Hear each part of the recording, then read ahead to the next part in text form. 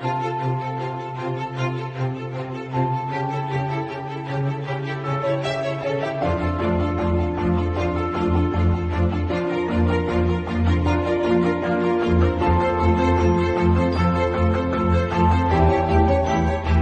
John, how are you? I'm doing well. How are you doing, Sophia? Good, good. To all our viewers out there, thank you for joining us. Tonight's topic is vote by mail. We're really excited to have Somerset County Clerk Steve Peter as our special guest tonight, and he's going to dispel all myths about vote by mail and separate fact from fiction. But on a lighter note, John, how are you doing? I know your wife is pregnant. How are things Uh, going? yeah, thank you. Things are going really well. Kelly is pregnant. She's due actually in like 3 weeks, so we're getting down to crunch time. But everyone's doing great. The kids are getting ready to go back to school on the virtual hybrid model, I suppose. And for whatever it's going to be, we're looking forward to making the best it's going to be.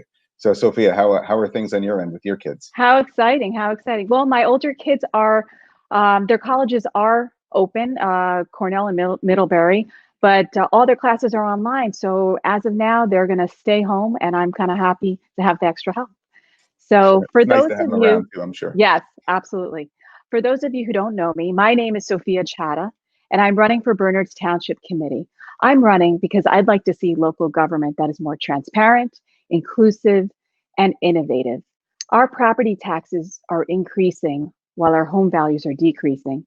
And I want to ensure that Bernards Township remains the premier place where people want to live, work, shop, and conduct business.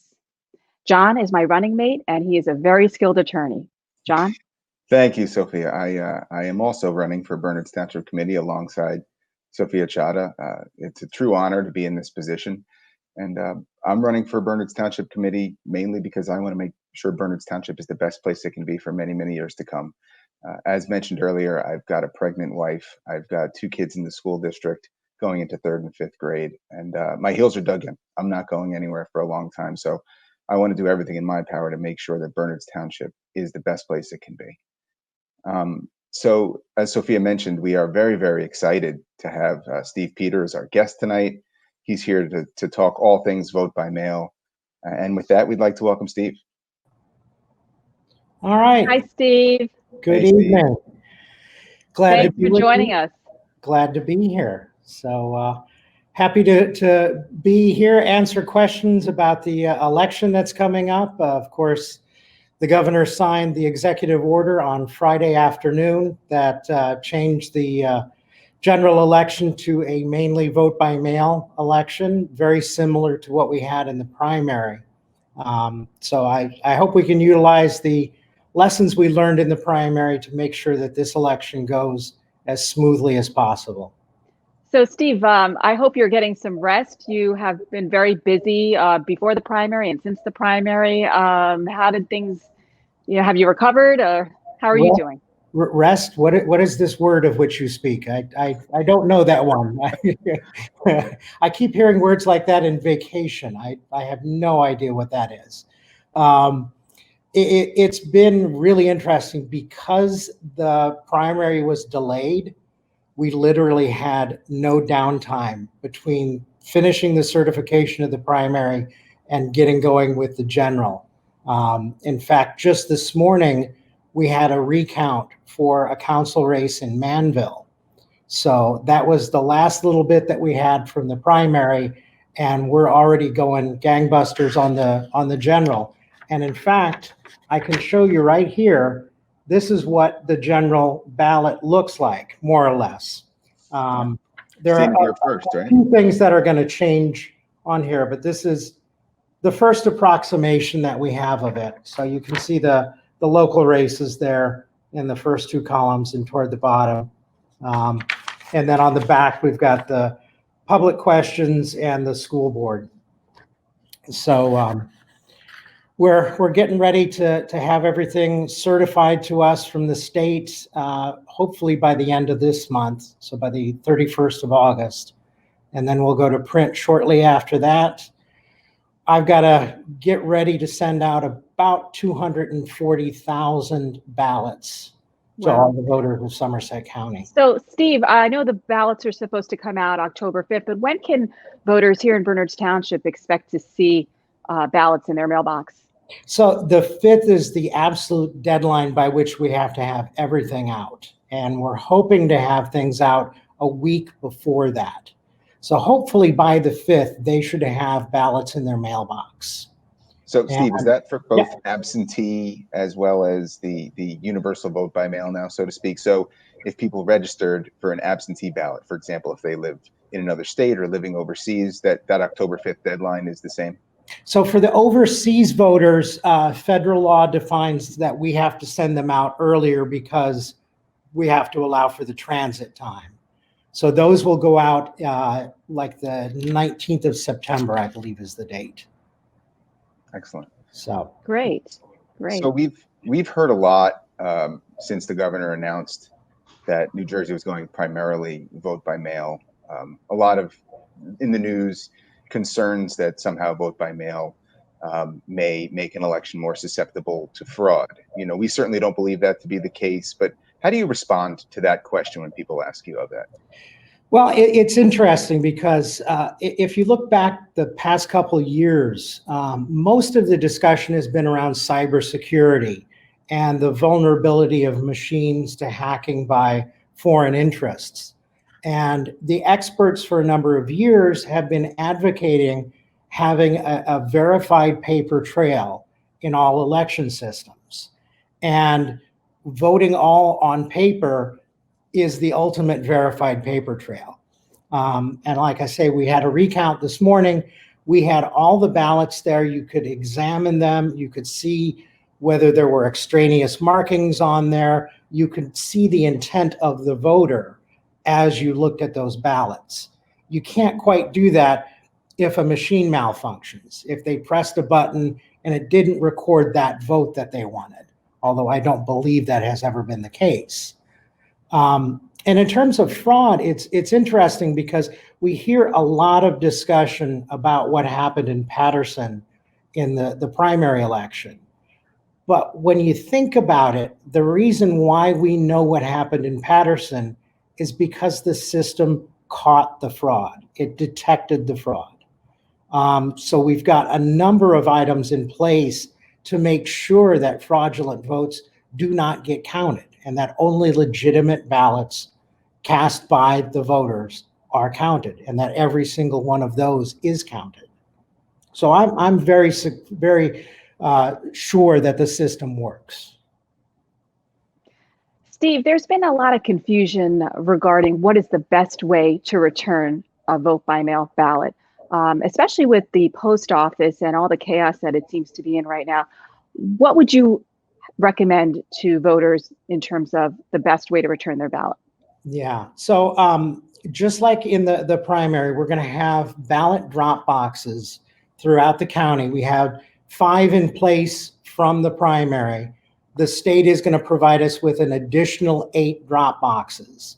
But in Bernards, you're lucky because there's one right there at Borough Hall, and you can go into the complex and deposit your ballot there.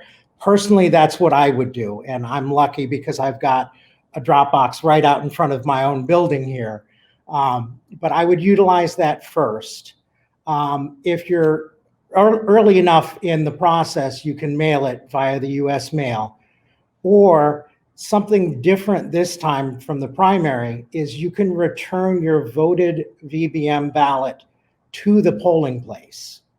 So what you'll do is you'll bring your ballot, have everything sealed, and have the certificate filled out. You will then sign the voter roll just as if you were going to be voting on the machine. And then you will take that ballot and deposit it into a ballot box, just like back in the old days. Interesting. So just to follow up on that, Steve, I know that with the primary, not all the polling locations were open. In Bernards Township, I think we only had 2 polling locations that were open.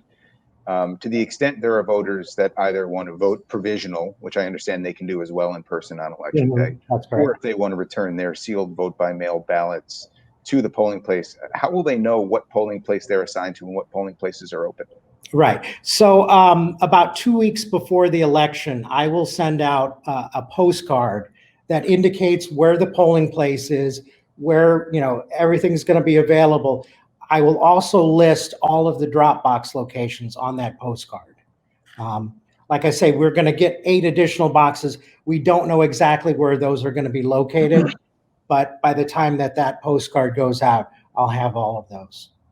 So the voters should look for 2 things. They should look for their, I'm sorry, Sophia, they should look for their vote by mail ballots. There will be no samples. The vote by mail ballot is That's your correct. ballot. Yeah. Yeah. And then that ballot will not actually indicate a polling location where your sample ballot would, but rather about 2 weeks before the election, they'll receive an additional piece of mail from you indicating what polling places are open within the township as well as where the drop boxes are. Is that correct? Absolutely correct. So we have a question from Eric P.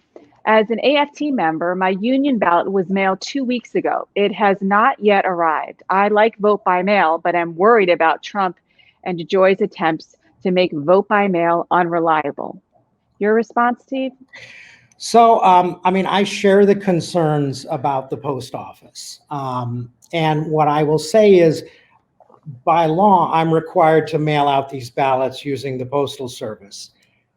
If for some reason you do not receive a ballot by sometime in early October, give my office a call. You can come in, and I'm looking to set up some space in a commercial location where you can come in and we can issue you the vote by mail ballot. And as of right now, you can still come in and get that. And we can hand it to you directly. You can vote it on the spot and return it to the drop box here in the county complex. Steve, what if someone throws out their ballot or makes a mistake? What should they do? That happens all the time. What they should do is give us a call. We can issue what's called a duplicate ballot. And for those concerned about fraud, don't worry. The more ballots we issue, only one is ever counted. We do keep very close track of everything. So just give us a call at the number that I indicated, and we can issue you a new ballot. Excellent. We have a question from Steve Glickman, who asks, will ballots received early by the county be counted before Election Day, or will counting begin on Election Day? So under current law, we cannot begin counting early. There is a bill in the hopper right now, and it's on fast track, that will allow the Board of Elections, that reminds me, I will explain something in just a second, but will allow the Board of Elections to open up all the ballots and have them ready for tabulation beginning 12:01 on Election Day. But that reminds me, let me step back a second here. The election is split in New Jersey between 2 different offices. There's the county clerk's office, and I'm responsible for receiving petitions for offices that are either countywide or larger than one municipality, which functionally is school district elections. I am responsible for creating the ballot, for actually designing it, for doing this part. I'm responsible for mailing out the vote by mail ballots, and I'm responsible for counting the machine votes. The Board of Elections, which is a separate office, is responsible for the actual operations on Election Day. They secure the polling places, they run the machines. They are also responsible for receiving and ultimately counting the vote by mail and provisional ballots. But you guys certify the results, even though they do the counting? Exactly. I certify the results. Yeah, and the commissioners and I, as a group, certify everything, and we're what's called the Board of Canvassers. So we have another question from Jane Conklin. How do we know a ballot won't get delayed or lost in the mail? I don't know that there's any really way to know that. What I would recommend is, as soon as you get your ballot, vote it and send it back in. Either use the drop box or send it by mail. And just be aware that if you do not receive anything in the mail from me by, let's say, the 10th of October, get on the phone and give me a call.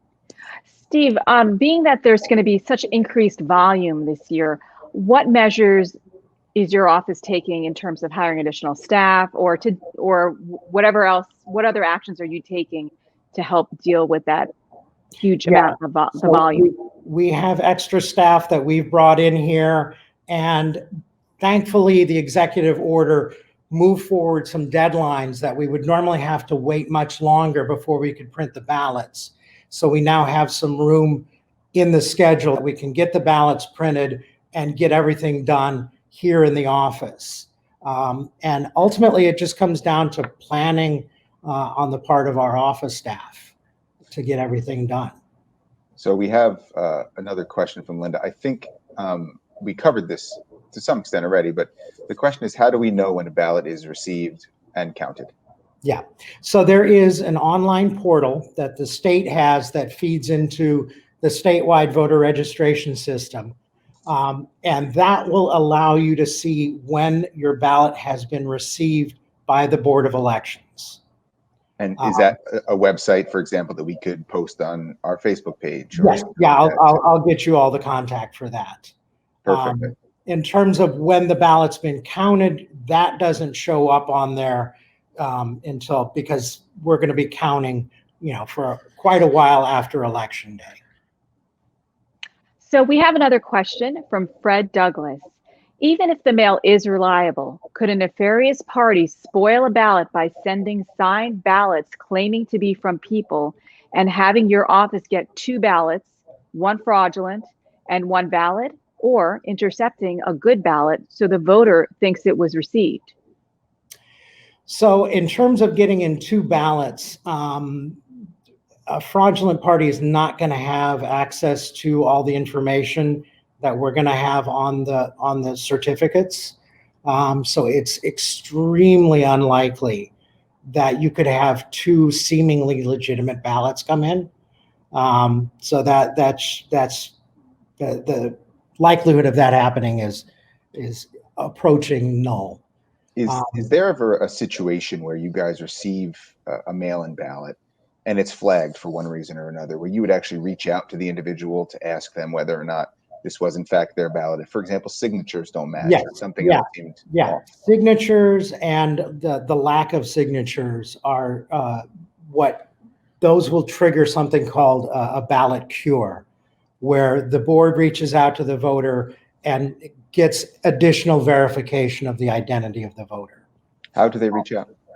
They send it by certified mail. If they've got some of the more recent registrations have email and phone contact.